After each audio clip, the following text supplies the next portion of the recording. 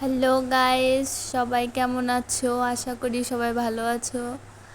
আজকে আমি তোমাদের মাঝে নিয়ে এসেছি কাঁকরোল ভাজি, বেগুন ভাজি এবং ইলিশ মাছ ভাজি, আর তার সাথে আছে পাবদা মাছের ঝোল। কাঁকরোল এবং আলু এগুলো ভেজে নিয়েছি, সেগুলো ভিডিও করা হয়নি।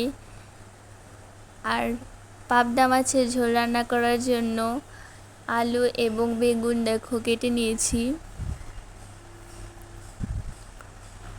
এই তো তোমরা দেখতে পাচ্ছ কাঁকরোল ভাজিগুলো নামানো হয়ে গেছে।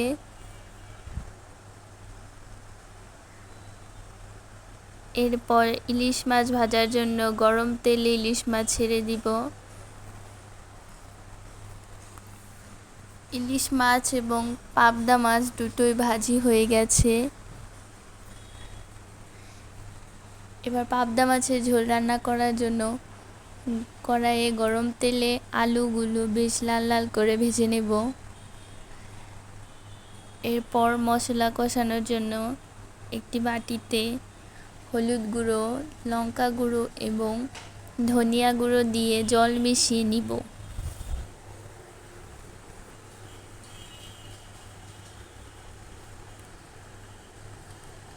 আলু এবং বেগুনগুলো দেখুন অনেকটা ভাজি হয়ে গেছে। এবার এর মধ্যে পরিমাণ মতো লবণ দিয়ে দিব।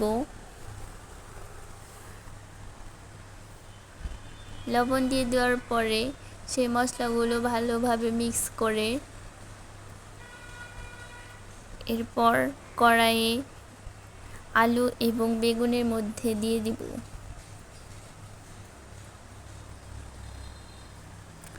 আলু এবং বেগুনের মধ্যে মশলা দিয়ে দিয়ে সেগুলো ভালোভাবে কষাতে হবে।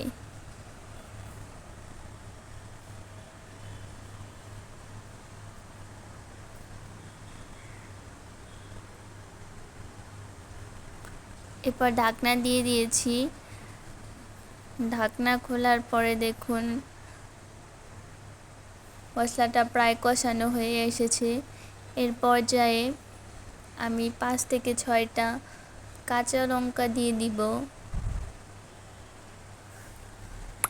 কাঁচা লঙ্কা দিয়ে দেওয়ার পরে ভালোভাবে মিক্স করে নিব।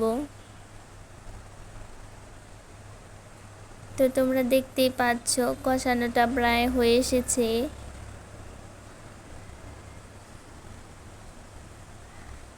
এরপর আমি ঝোল দেওয়ার জন্য এখানে পরিমাণ মতো জল দিয়ে দিব।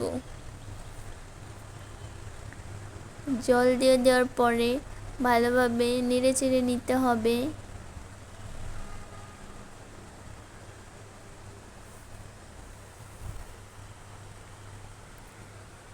এরপর এর মধ্যে আমি পাবদা মাছগুলোকে ছেড়ে দিব।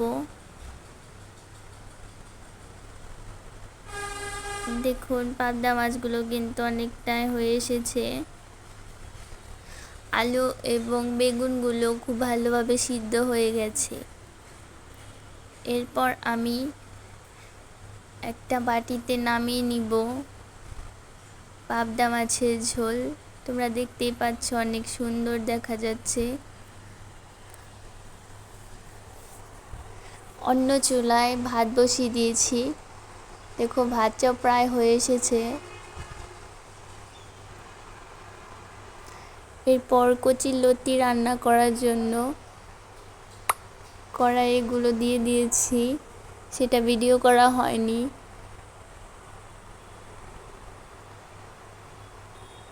তো কচুরলতিগুলো প্রায় হয়ে এসেছে রান্না করা। দেখো কত সুন্দর কালার এসেছে। এরপর কচুরলতিগুলো বাটিতে নামিয়ে নিব।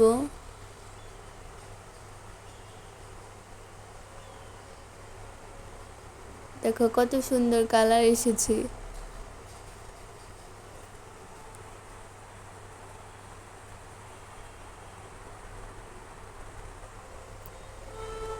তো তোমরা দেখতেই পাচ্ছ পাবদা মাছের ঝোল, সাথে কচুরলতি এবং কাঁকরোল ভাজি, বেগুন ভাজি, আর তার সাথে আছে ইলিশ মাছ ভাজি।